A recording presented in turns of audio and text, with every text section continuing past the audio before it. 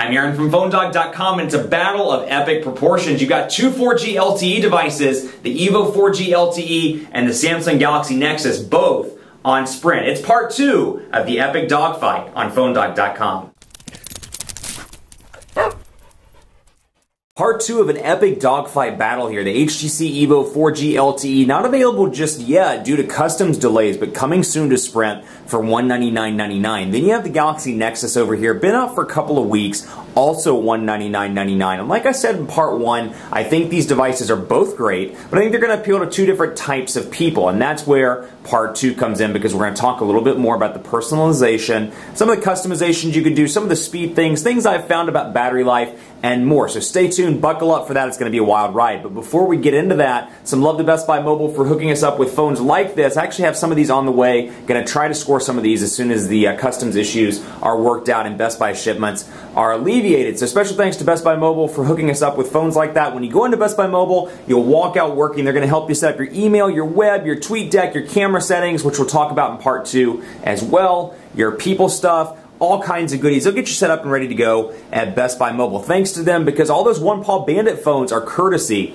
of Best Buy Mobile. So thanks to them for that. So let's pick up where we left off. And we talked a little bit in part 1 about the customization. I kind of want to circle back to that because I didn't get a chance to show you everything here. So obviously you get to change the wallpaper. That's really not that exciting. But what I do like, the ability to change the skin. So obviously you can see this kind of green skin that I have here, serene. I can change it over to HTC, for example. We can apply that. Now obviously it's going to change the wallpaper as well, and we can always change that to something else. But you'll notice that the bars at the top and the bottom are now a different color once it loads up. This is the stock HTC theme, and you'll see the black all around now as opposed to the green. So you've got some really nice personalization choices there, and you can download additional stuff through HTC Hub, where you see Get More up here. You can access that. Sprint's chosen to leave that unlocked, which is really nice of them. Lock screen style as well. You can change it from wallpaper. One of my new favorites in Sense 4 is this one, the productivity one, where you can see email, calendar stuff, text messages, missed calls, all in one spot. It has a few bugs here and there. I've noticed that it doesn't always transcribe my contact name over. So for example, if I'm getting a message from John Doe, it won't always say John Doe, it'll say 980-555-1234 instead of John Doe's actual name. So little kinks like that. Other things that I've seen with Sense 4, little minor bugs. Sometimes the text message indicator doesn't always go off, so I struggle sometimes. I'll see a text message, I'll be like, I never got that. And it'll automatically be in there. You won't see a 1 down here or the text message indicator up top. Other than that, a great build over Android 4.0. A huge improvement over Sense 3, 3.5, all the past iterations. Much more toned down, easier to operate. And then you can see the speed of the Snapdragon S4 processor. So again, 7 home screens here, 5 home screens over here, and you obviously have the widget support, but you do get some new widgets as well. Of course, the Gmail widget, the email widget. I want to show you the Gmail one. I already planted it on one of the 5 home screens. It's customizable. You can change the size around. You can either maximize it on the display. And one thing I really like about HTC, this is something I've criticized them in the past for against TouchWiz and Motorola's UI. A lot of the HTC widgets are now customizable. So you notice bookmarks, calendar, quite a few of them are able to be customized to suit your personal size demands and your size needs. So that's pretty nice there as well. I no longer have to complain about that one. It has been corrected. I guess HTC decided to listen to me. Thanks, HTC. Thanks for the love. And then you can actually, they probably didn't listen to me. They probably just decided to do it. But I want to show you some of the differences as well here, because you get into stuff like the contacts and the phone, and then you can come in here, for example, and see the differences with the dial pads. Because obviously, stock ice cream sandwich, here's what Sense 4 looks like, a top ice cream sandwich. So you can see this has always been something I personally don't care for about HTC. I don't like how it groups the contacts and how it groups the recent calls. So obviously I've made a few calls. It shows that those are calls made. It'll show your missed calls as well, calls you picked up on, things like that. And then you have your contacts as well. It gets a little bit unorganized to me when I have my contacts start. And so, obviously you got this contacts bar that separates it now, but still kind of unorganized for me, where I'm like, wait a second, which people did I call? Which people are my contacts? It just seems too cluttered, in my opinion. But you notice the dial pads changed as well. We'll dial 611 so you can take a look at how that looks. Also, did not mean to do that. Let's back up. Oh, 611, duh, I dialed 611. That's why I did that. We'll call John Rogers. And you can see no real differences here. You got your menu options down here, speakerphone, your ability to mute, and then of course you can activate the keypad. Again, so I can see people, groups, and then call history. And then you can see all the call history here. You can see the number, and then I can go into individual history and say, how many times did I call John Rogers? How many emails? How many messages? So this gets into, and of course over here, before I go too far, your call log, and then your contacts over here. So nothing particularly different from the Galaxy Nexus that we reviewed on Verizon, the LTE version on their end as well. So you can see John Rogers, for example. Let's go into the contact. Here's John Rogers as a contact. So actually we'll back out and go into people so you can see this from the beginning. And you can see John Rogers. If I had a picture, it would show up right here. It shows my linked contacts menu, and then of course the name, and then the mobile stuff. And so I have notes, I have should I have some other stuff? No, I guess I just have notes. I have I can add company names, I can add titles, things like that. But what I really like, and this is something HTC's kept, go into the thread, and you can see messages, email, and call history. So I can see all the text messages I've sent John Rogers that aren't deleted. I can see emails as long as they're not Gmail messages, because the Gmail API isn't integrated into to Sense 4. So this is just email in terms of setting it up as POP-based solution or an IMAP-based solution. Call history here, or Exchange, of course. Call history here. And then I can go see updates as well, and then I can see gallery where John Rogers may be tagged. So it's really useful as opposed to this. Still a huge improvement over stock builds of previous Android device. So, you know, obviously over stock Gingerbread, stock Froyo, huge improvements here, but you can see kind of the similarities between John Rogers over here. Big picture at the top. I can favorite it up here. I've got my menu options on top of both.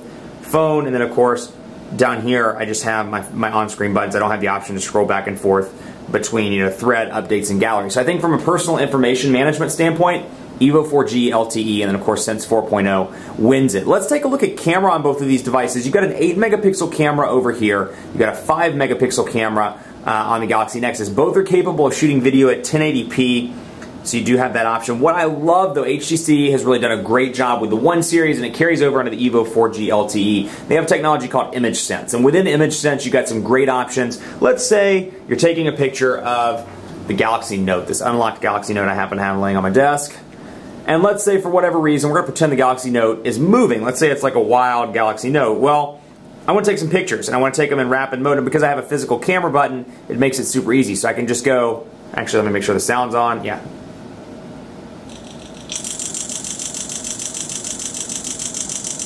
I can take rapid pictures, and then when I let go, it shows me all these pictures. I can go in and individually find the best picture. And obviously I was moving it pretty quickly, but this is really cool if you have kids, if you have a brother or sister, they're playing some sort of sports game, something where, you know, it's moving pretty quickly and you want to take quick pictures. You can do so with the burst mode feature here, and of course you can delete them all if you don't like them.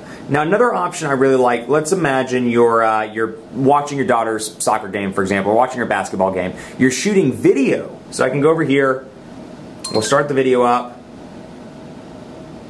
and I can easily take pictures while I'm shooting video. So I can take stills, for example, come over here, take some of the Galaxy Nexus, and then take stills, and I've got stills in addition to my video. So this is a really functional device to me. I mean, yeah, I see this as being great for a lot of consumers' lifestyles. That's a huge feature. You can actually do the video and picture thing over here as well. But I'll say HTC, I'm going to give it a spoiler. HTC wins the camera department by a landslide for the burst mode and just for general picture quality. This is the first series that, in my opinion, has rivaled the iPhone in terms of camera settings. The only thing I wish that HTC, or actually Android in general, had was an ability to resize when you go into email. That's my biggest thing. I send probably 10 pictures to myself a day of whatever, devices, things that need to go on the website. And I can resize them pretty easily on iOS. So I can say, I don't need the full-size image, it's 1.5 megabytes. I can resize it down to the large size or the medium size pretty easily. Can't do that over here. It sends a huge, 1.5 or 2 megabyte file out of the gate. I would love an application or love some functionality built in where you can auto resize pictures. That is a huge thing for me, and I think for a lot of other people, and also it cuts down on using as much data, which is really nice. Still a great image over here with a nice fast shutter, and actually let me turn the sound on so you can get a feel of the shutter, and you can see it's auto-focusing in. And so we'll go back here and take a look, and we'll show you what it looks like. Pretty decent image there, and then of course I can do the same thing with the video camera. We'll go into video camcorder, and show you this as well, and you can see of course the skyscraper in my window in the background. So I can take images here if I want to as well. And I can't remember, let's see. I want to say it's this, and then because there's no physical camera button, I don't know if it's press and hold, I can't remember exactly how it's done here. Let's try that again. There's a feature in here, maybe it's this one. That's panorama. Capture panoramas, which is a nice little feature as well on the Galaxy Nexus. There is a feature, I think I need to actually enable it in settings, that's why it's doing that. Forgive me while I do this on camera. You know what, we're not going to cut this because I think you'd like to see. It's always fun to watch Phone Dog Aaron screw up, right? Let's see here. Camera settings, store location. No, I can't remember exactly where it is. Drawing a blank, but there is a there's a setting in here. I've used it quite a bit in my review of the Verizon one as well, where you can easily access that setting. So it's in there somewhere. I can't remember exactly where it is. I don't want to waste too much time on the video. Another thing I want to show you, quadrant standard on both of these devices. They've been optimized, or the application that is has been optimized for dual-core processors, so we can get a little bit more of an accurate performance out of good old QS. Now that said, take it with a grain of salt. This isn't indicative of day-to-day performance. Both of these devices work just fine on a day-to-day basis. I see a little bit of lag here and there on both, but you're going to be really impressed with the S4 speeds over on the EVO 4G LTE, because I'll be the first to tell you, S3, it had some lag issues. You look at devices like the Galaxy Note, the US Galaxy Note, you look at the Resound, you look at some of these other devices that had, you know, dual-core S3 processors, and there was a huge difference between the S3 and the S4, and I kind of came into this and was like, this one's going to suck in comparison to the quad-core Tegra 3. Really, it doesn't. It holds its own, and actually in a lot of cases it's tested better than the Tegra 3, at least in quadrant standard. So I mean, really impressive performance here, and we'll go ahead and wait for these suckers to load. Now, battery life, 2,000 milliamp hours over here, 1,850 milliamp hours. Both of these have ran on a combination of 3G and Wi-Fi, since LTE is not out yet, and Charlotte actually isn't one of the first markets that's going to get it. So both have been relatively decent. This one I've noticed doesn't make it through the day with moderate use. It gets pretty close. This one has done an exceptional job, and where I have to give it credit is standby time. This thing really kills it with standby time. I've left this device in my office over the weekend, not on a charger, and come back on Monday and it's been a minimal drain. I mean, we're talking like, I want to say it was like 18% if I remember right. I have to go back and double check my notes, but 18% battery drain between like Friday night and Monday morning. So that's pretty huge, considering the fact that, you know, Android's notorious for having battery issues, you know, just because it is more of an intensive operating system. So that's a huge improvement. 2,000 milliamp hours over here. Obviously, when LTE gets kicked on, that's going to take a toll a little bit more. But 1,987 over on the Galaxy Nexus. We'll take a look over here. Let's see what we got over here. I do not know. I think it froze up. It froze up. Let's do that one more time. 4,935 on the EVO 4G LTE. So you can really see the S4 is a pretty impressive processor. And I mean, it runs Sense 4 like a champ. Combined with the fact that Sense 4 has been pared back, it's a really, really awesome performance. Now, for the last few minutes, I want to show you some of these other things. Obviously, we've seen the phone application. I want to show you Gmail as well. No real difference or huge differences here. And we, of course, covered the recent applications differences in part one. But you can see some minor changes.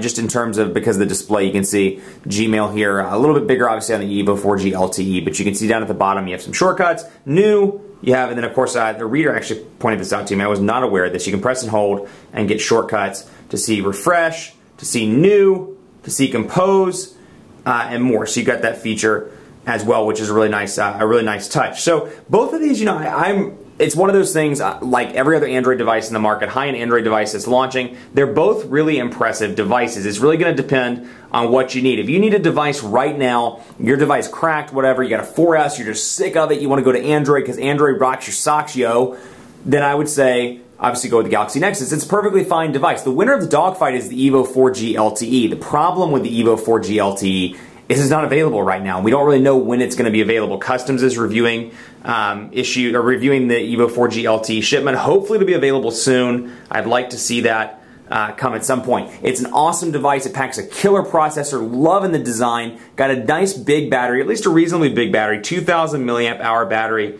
on this device. A kickstand. It really takes the EVO name and pushes it to a new level. 4.7-inch display. And then over here, you got a decent spec list as well. Obviously, this device is a little bit older, but it still has a very decent spec list. Where this one has kind of not been as great, of course, the PenTile display is going to turn some people off. The battery life isn't as impressive, and that's probably the downside. So both are good devices. EVO 4G LTE wins the dogfight thanks to an awesome killer spec list, and of course they're both the same price. The camera over here, I just can't get over the camera on this bad boy. Really, really impressive over here. According to Taylor Torrey on Twitter, this was a dogfight for the history books. And the history books, it is now in you. History books, the dogfight is done. The EVO 4G LTE is declared the winner. Much more coverage to come on PhoneDog.com with both of these devices, so keep it locked on the site for continuing coverage. EVO 4G LTE, Galaxy Nexus, Plenty of coverage to come on both of these devices on Sprint. Even more coverage once LTE starts rolling out nationwide. Be sure to check out our Google Plus page, gplus.to/PhoneDog. It's actually really hard to say Google Plus page. Google Plus page, really fast on camera. Don't really know why. I guess it's because of a lot of G's. Google Plus page and then gplus.to/PhoneDog. But that's where we're at. Hit us up. Like us on Facebook, facebook.com/PhoneDog, and be sure to vote for your favorite phone in PhoneDog's official smartphone rankings, PhoneDog.com/rankings. Last but not least, I want to know what you think about these respective devices. This is an awesome phone. This is an awesome phone. You think this phone's cruddy? You think this phone should eat your socks? I don't really know what kids say these days with insults. Actually, I do know, but I can't say most of them on camera. But let me know. PhoneDog_Aaron on Twitter. Don't actually let me know what kids say. I actually want to know which device you like more. PhoneDog_Aaron on Twitter and on Facebook at facebook.com/PhoneDogAB. Thanks so much for watching. Much more coverage to come on Sprint's newest flagship LTE devices on PhoneDog.com.